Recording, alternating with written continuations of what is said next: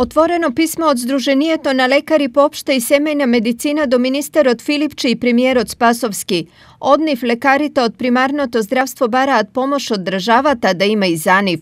Пандемијата силно удрила и по нив, па тие се соочувале со проблеми околу набавката на лична заштитна опрема, обезбедување услови на безбедна работа со пациенти и секако исплата на плати за вработените. Практичните доктори сами се опремија со многу маски, многу нараквици, скафандери, заштитни средства најмногу потрошивме, дезинфициенци, значи едноставно да кажам дека во однос на целокупната потрошувачка капитацијата не беше предвидена едноставно кога е креирана за такви трошоци.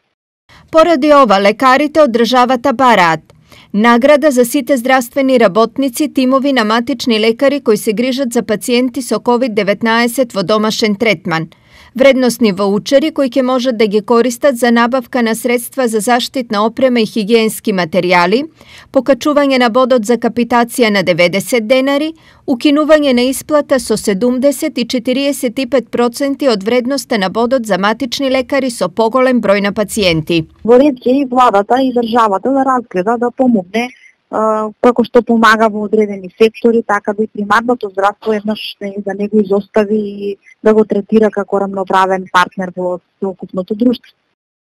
Од друга страна, премиерот Оливер Спасовски при денешната посета во регионот за писмото на матичните лекари со следниот одговор. Ќе го разгледаме барањето да видиме што се барањата на матичните лекари и на основа на тие анализи ќе ги носиме и одлуките. Така да владата е секогаш отворена за диалог и за разговор за сите можни прашања. Инаку од воведување на алгоритмот на скрининг за COVID-19, матичните лекари вкупно закажале околу 3000 пациенти за контролни брисеви, а 730 пациенти со докажан вирус COVID-19 беа следени на домашен третман.